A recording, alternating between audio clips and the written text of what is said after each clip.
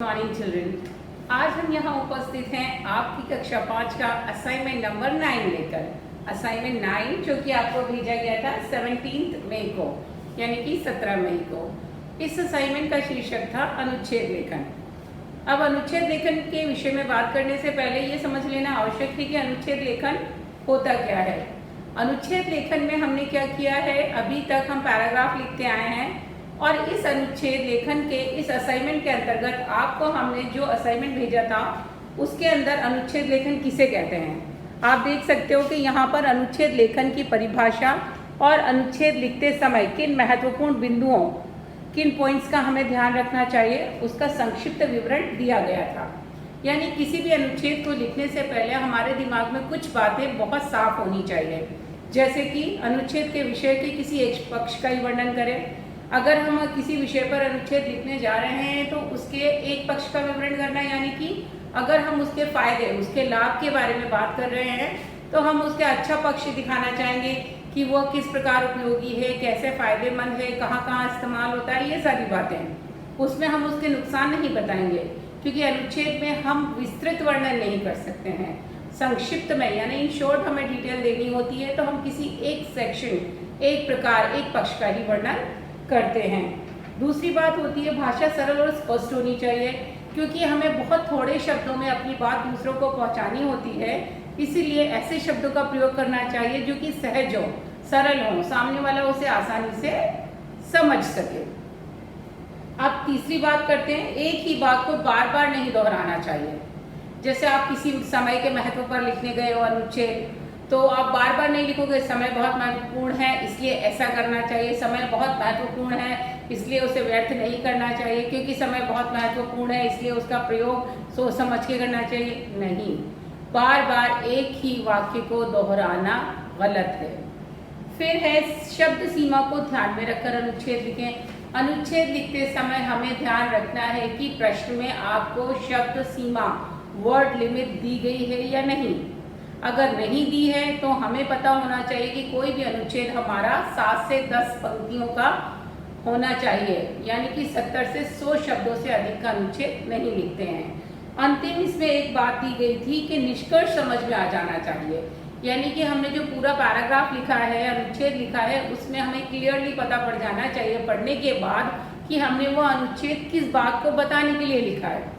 For example, आप प्रदूषण के बारे में एक पैराग्राफ लिख रहे हो अनुच्छेद, उसमें आपने धरती की सुंदरता के बारे में वर्णन कर दिया, धरती दूषित हो रही है उसका भी बता दिया, फिर उसके बाद आपने पर्यावरण की भी बात कर दी, तो आपका पॉइंट स्कैटर्ड हो गया, बिखर गया आपका।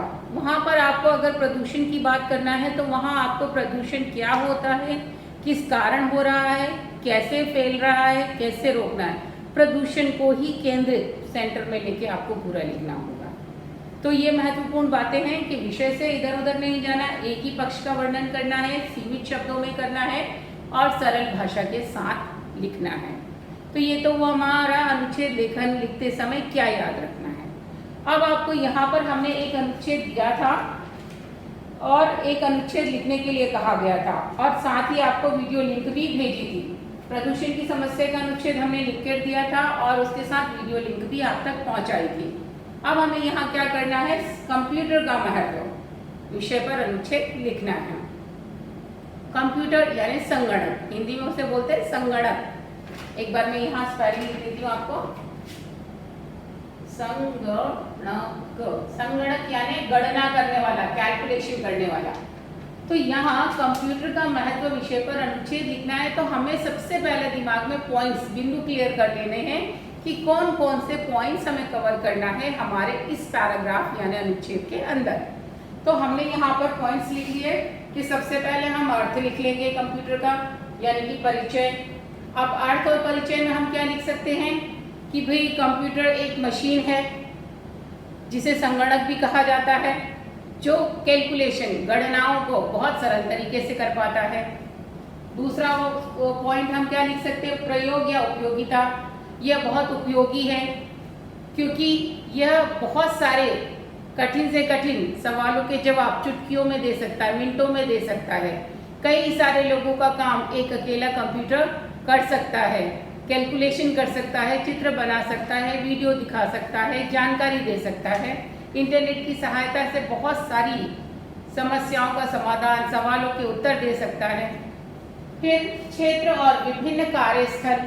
क्षेत्र और कार्यस्थल का मतलब इसका प्रयोग हम कहाँ कहाँ कर रहे हैं, कहाँ कहाँ कर सकते हैं। तो आज कंप्यूटर का प्रयोग समाज के हर क्षेत्र में किया जा रहा है, चाहे वो स्कूल हो, चाहे कॉलेजेस हो, चाहे वो आपके रेलवे स्टेशन यानी रेलवे का आरक्षण हो, रिजर्वेशन हो, चाहे एयरपोर्ट हो, चाहे कोई अदर सरकारी संस्थान हो, आप जन्म का सर्टिफिकेट बनाने जाते हो, आपका जन्म तिथि के लिए, चाहे आप कोई डॉक्यूमेंट लेने जा रहे हो, ऑफिस में जाते हो, तो वो फाइल्स की जगह आजकल लोगों ने कंप्यूटर से काम करना शुरू कर दिया है। फीस जमा करने जाते हो, रिसीव्ड आपको कंप्यूटर से मिल रही है। तो हर जगह कंप्यूटर से ही काम किया जा रहा है। फिर विशेषताएं। विशेषताओं में आप लिख सकते हो कि किस कारण यह कंप्यूटर खास है। तो भाई कंप्यूटर विशेषता यह है कि यह समय की बचत करता है, कार्य बहुत तीव्र गति से करता है। जो काम इंसानी दिमाग कोई इंसान घंटों में करता है, दिनों में करता है, यह काम चुटकियों में, सेकंड्स में निपटा देता है। जिस काम को करने के लिए 10 व्यक्ति लगते हैं वो एक अकेला कंप्यूटर कर सकता है, और भी ज़्यादा लोगों के काम को वो एक अकेला कंप्यूटर निपटा सकता है। फिर आप कह सकते हो कि बहुत बड़े बड़े पहले ऑफिसेज अलमारियों से भरे हुआ करते थे, फाइलें रखने के लिए जगहें चाहिए होती थी। आज वो इतनी सारी इंफॉर्मेशन हम एक छोटे से कंप्यूटर के अंदर स्टोर कर लेते हैं। तो ये इसकी विशेषताएं हो गई कि बहुत तीव्र काम करता है, बहुत ज़्यादा काम बहुत कम समय में करता है, बहुत सारी जानकारी एक छोटे सी जगह में सीमित करके रख देता है।